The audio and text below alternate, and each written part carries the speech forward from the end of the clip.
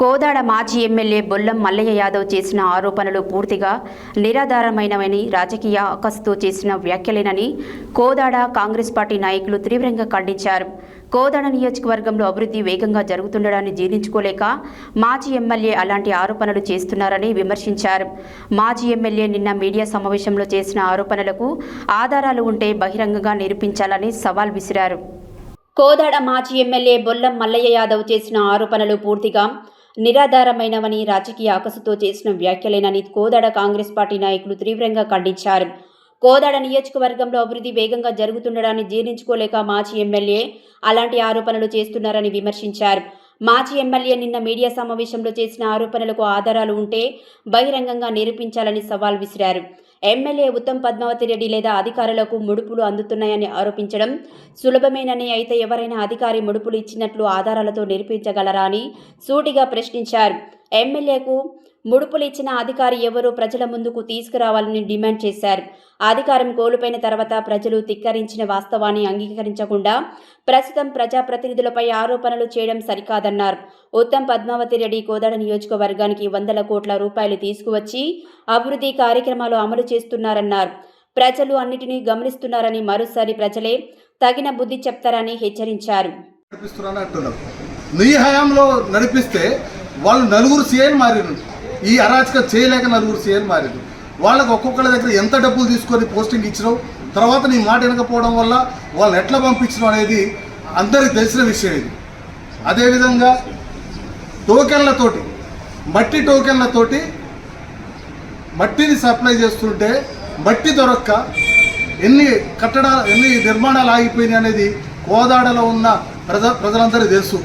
అదే ప్రశ్నించిన ఆ రోజు ప్రతిపక్ష పార్టీలో ఒక భాగమైన బీఎస్పీ పార్టీని ప్రశ్నిస్తే నువ్వు అక్రమంగా కేసులు పెట్టి జైలుకు దోలిన ఒక మహిళను కూడా, మైనార్టీ మహిళను కూడా చూడకుండా జైలుకు దోలిన నీ టైంలో జరిగిన బహుజనుల మీద జరిగిన అరాచకాలు నువ్వు కేసులు పెట్టిందంతా బీసీల మీద, ఎస్సీల మీద, ఎస్టీల మీద కేసులు పెట్టి అక్కడ డబుల్ బెడ్రూమ్ ఇళ్ళ విషయంలో స్వామి నాయక్ మాట్లాడుతుందని చెప్పి ఆయన మీద అక్రమ కేసులు పెట్టి ఆయన లోపరుచుకున్నావు.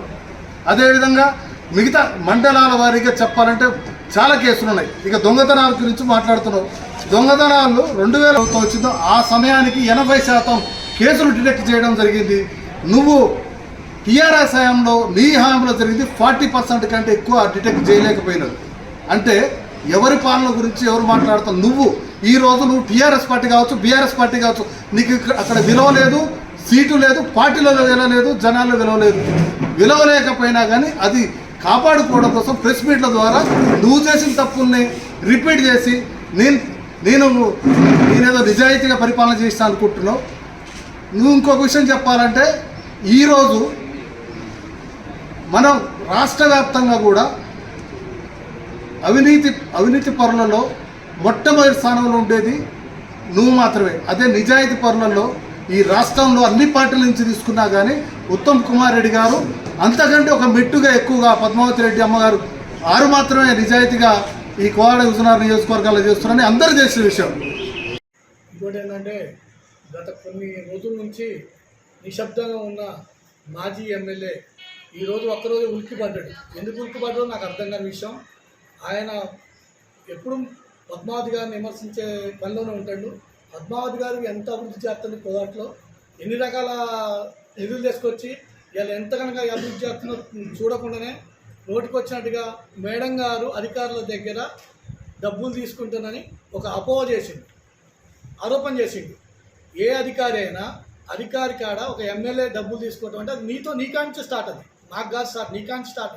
మేము ఎప్పుడు తీసుకోలే.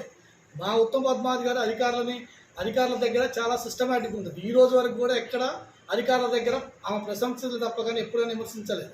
ఇంకోటి ఏంటంటే అధికారుల దృష్టిలో ఏంటంటే ఉత్తమ్ పద్మావతి గారు, ఉత్తమ్ కుమార్ రెడ్డి గారు ఈ కోదాడని అయితే హుజూర్నగర్ అయితే అభివృద్ధి చేయడానికి కంకణం కట్టుకొని నిధులు రావడం కోసం హైదరాబాద్లో కూర్చొని రకరకాల నిధులు తెప్పించి కోదాడ అభివృద్ధి చెందాలని చేస్తున్నారు. దాన్ని అడ్డం పెట్టుకొని ఎంతసేపటికి ఇక్కడ మేడం గారు అక్కడ అసలు ఎవరు ఉసుక మాఫియా ఎవరు, మట్టి మాఫియా ఎవరు, గంజాయి మాఫియా ఎవరు, ఏంది ఎన్ని రకాల మాఫియా, చివరికి వైన్స్లో కూడా ఇవాటి వరకు కోదాడలో ఉన్న వైన్ షాపులకు సంబంధించిన ఎంఆర్పి రేట్ అమ్ముతారు. అంటే ఒక మేడం గారు కాబట్టి ఎంఆర్పి రేట్ అమ్ముతారు. గత పాలకులు అట్ట అమ్మలేదే. గతంలో నువ్వు కూడా చేసినావు కదా. ఆ సిండికేట్లో నువ్వు ఏం చేసినావు? నీ బినామీ మనిషిని పెట్టి నువ్వు డబ్బులు లాగుతున్నావు. అదొక్కటే కాదు, మళ్ళీ ఇటు వచ్చేస్తే నేను మల్ల యాదవ్ గారిని ఒకటే రిక్వెస్ట్ చేస్తున్నా, మీరు ఆలాపన నుంచి ఆలోచనలకు రండి. మీరు చేసిన పనులు పదే ఆలోచించడం వల్ల ఆ ఆలాపంలో ఇక్కడ అవినీతి జరిగిందని మీరు విమర్శిస్తున్నారు.